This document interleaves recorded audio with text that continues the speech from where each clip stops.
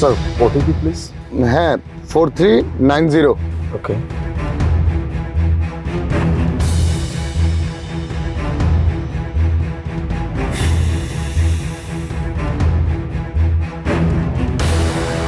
কি ব্যাপার আলিফ তুই? কে স্যার আলিফ? আমি তো আলিফ না স্যার, আমার নাম নূর। নো, কিন্তু আপনাকে তো দেখে মনে হচ্ছে আপনি আলিফ। না না স্যার, আপনি কোথাও ভুল করতেছেন। বাই দ্য ওয়ে, আপনি যার কথা বলতেছেন সে কি দেখতে একদম আমার মতো নাকি? আপনি কি? আমার কাছে তো মনে হচ্ছে পুরো কার্বন কপি। দাঁড়ান আপনাকে আমি ছবি দেখাচ্ছি। আচ্ছা, এই দেখেন। আরে তাই তো, দেখে তো মনে হচ্ছে পুরো আমি দাঁড়া আছি এখানে। বাই দ্য ওয়ে, এটা আপনার কে হয়, ভাই নাকি? না না, আমার ভাই না, কিন্তু আমার ভাইয়ের মতোই বন্ধু, আমার ফ্রেন্ড, কলিজার ফ্রেন্ড। আমরা একসাথে পড়ালেখা শেষ করেছি, কিন্তু আপনাকে দেখে আমার বন্ধুর কথা মনে পড়ছে যে আপনি আমার বন্ধু। বুঝতে পারছি। আসলে হঠাৎ করে এইভাবে অনেকদিন পর একই রকম চেহারা দেখছেন তো, তাই আর। আচ্ছা, আপনার বন্ধু এখন কোথায়? ও এখন কোথায় আছে আসলে সঠিক জানি না। বেশ কয়েক বছর আগে ও কাউকে কিছু না বলে হঠাৎ কোথাও যেন উধাও হয়ে গেল। তারপর থেকে ওর সাথে আর কারোর যোগাযোগ নেই, আমারও যোগাযোগ নেই। বুঝতে পারছি, এই জন্যই আসলে এমন হয়েছে। অনেকদিন পর হঠাৎ করে একই রকম চেহারা দেখছেন তো, তাই আর কি ব্যাপারটা মনে হয়। যাই হোক স্যার, আপনার লোকেশনে চলে আসছি। আচ্ছা ঠিক আছে, আমি আপনাকে বিকাশে পে করে দিচ্ছি। আপনার কিউআর কোডটা দেন। স্যার, হ্যাঁ হয়ে গেছে। Thank you.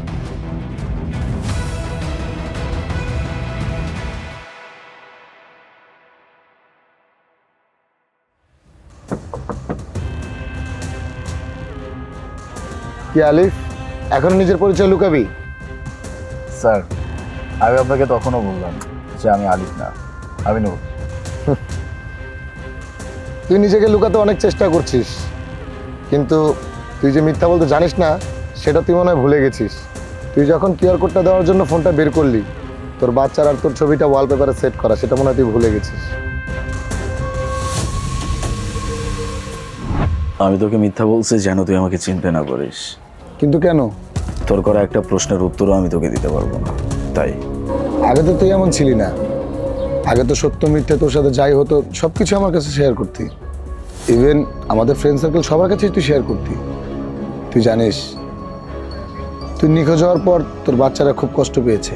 ইভেন তার থেকেও কষ্ট বেশি পেয়েছে ভাবি, মানে তোর বউ। আমি জানি আমার বাচ্চাটা অনেক কষ্ট হয়েছে, কিন্তু আমি যা কিছু করছি তোর ভাবির জন্যই করছি। মানে? তোর ভাবি পুরো দুনিয়ার সামনে নিজেকে এমনভাবে প্রেজেন্ট করছে যেন সে আমাকে অনেক ভালোবাসে, কিন্তু না। আমাদের বিয়ের কিছুদিন পরে আমি জানতে পারি যে বিয়ের আগে থেকে ওর অন্য একটা ছেলের সাথে অ্যাফেয়ার ছিল। ইভেন সেটা বিয়ের পরেও কন্টিনিউ ছিল। আমি যখন সব কিছু বুঝতে পারি তখন ওকে আমি নিজেই বলছিলাম, তুমি এক কাজ করো, আমাকে তালাক দিয়ে ওই ছেলেকে বিয়ে করো, সব ব্যবস্থা আমি করব। কিন্তু সে কোনোভাবেই ব্যাপারটা মানতে চাচ্ছিল না। এরপর যখন আমি ওকে আরও জোরাজোরি করতে শুরু করলাম, তখন ওর পুরো পরিবার মিলে আমাকে বিভিন্নভাবে থ্রেট দিল। আমার নামে মামলা করবে, আমাকে আদালত পর্যন্ত নিয়ে যাবে, থানায় নিয়ে যাবে। আমি চুপ হয়ে গেলাম।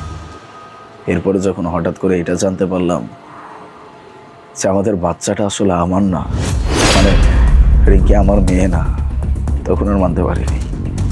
সব কিছু ছেড়ে ছুড়ে চলে আসছি। কি বলছিস এসব? তা এইসব বিষয়গুলো তুই একবার আমার সাথে শেয়ার করবি না? শেয়ার করবো কেন? আমরা বসে একটা সলিউশন বের করতাম। সলিউশন? আচ্ছা, কি সলিউশন বের করবে আমাকে বল। চুপ হয়ে গেলি কেন? উত্তর নাই? আমি জানি উত্তর নাই। আমার কাছে উত্তর নাই, তুই কিভাবে উত্তর দিবি?